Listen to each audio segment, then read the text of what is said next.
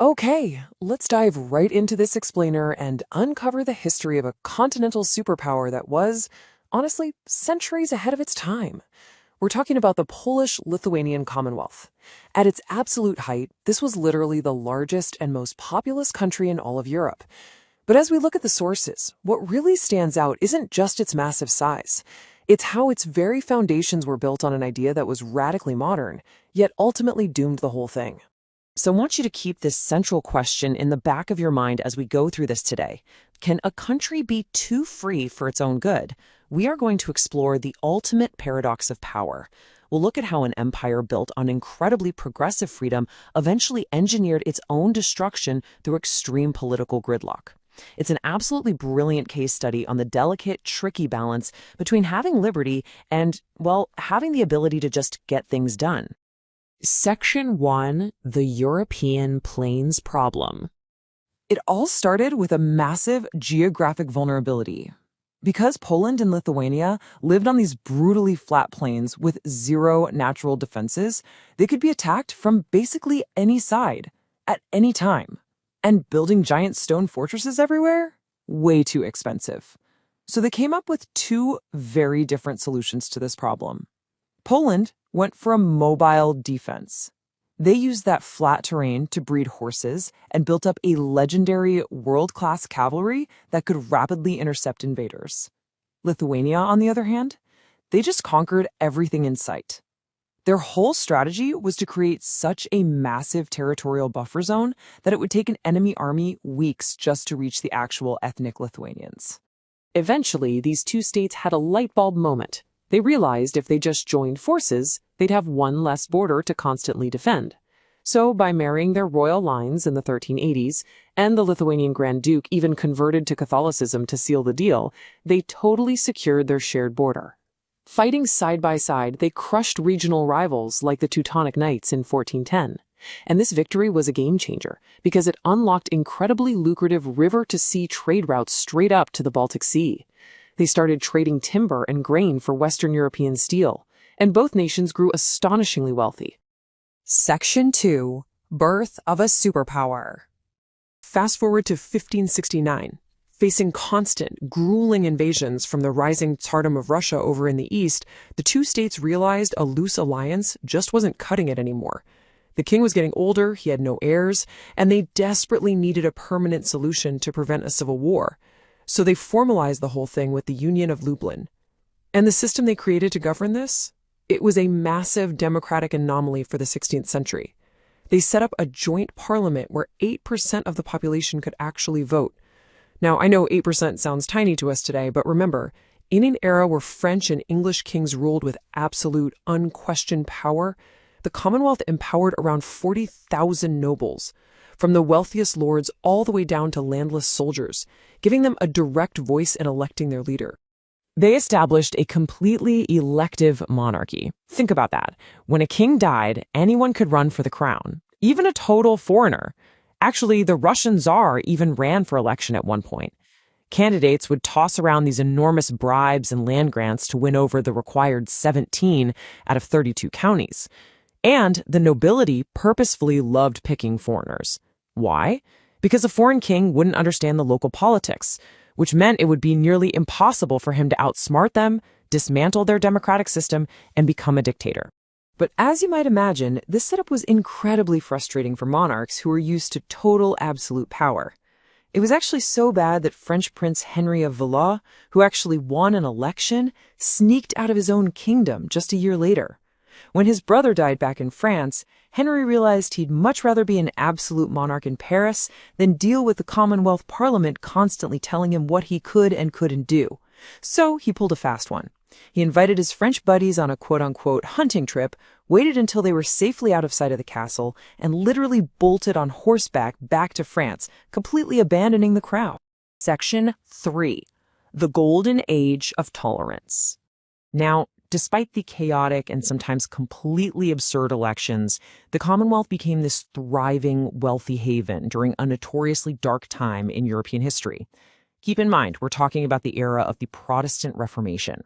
While the rest of Europe was literally tearing itself apart in horrific, bloody, religious civil wars, the The Commonwealth avoided the bloodshed through pure pragmatism.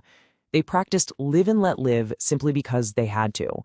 They were already this massive melting pot of Catholics, Orthodox Christians, Jews, pagans, you name it. If they had tried to force everyone into one religion, the whole country would have instantly gone up in flames. So they allowed political and religious free speech. They allowed the Jewish population to form their own parliament.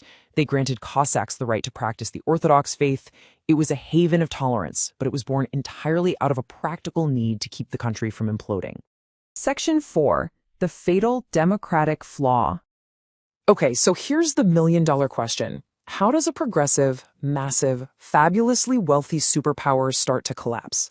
Well, as we've seen, this entire government was glued together by the concept of the consent of the nobility. But as the world started to modernize, that extreme liberty turned into a deadly poison. It all really comes down to the Liberum Veto. Introduced as a formal rule in 1652, the Liberum Veto allowed any single member of parliament to stand up and instantly block any piece of legislation. Let that sink in for a second. One single guy out of dozens could completely grind the government to a halt.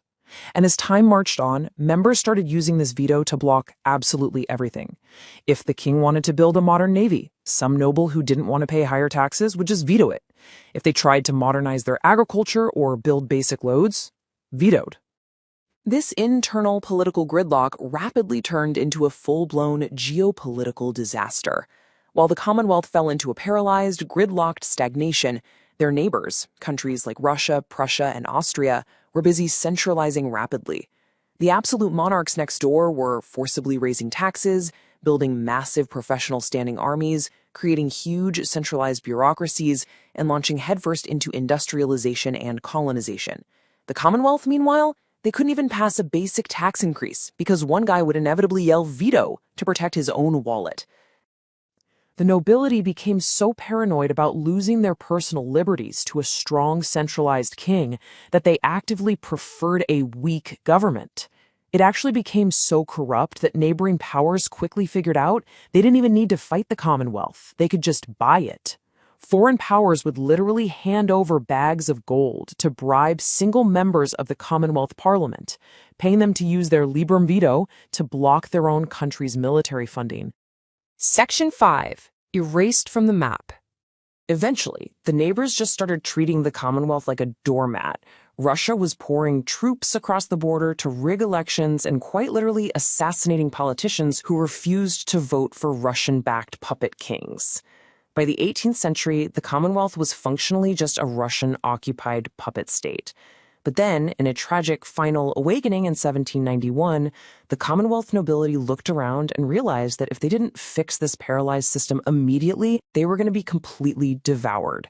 So they finally did it. They abolished the toxic Liberum Veto, completely updated their laws, and drafted Europe's very first constitution, which was actually heavily inspired by the United States Constitution.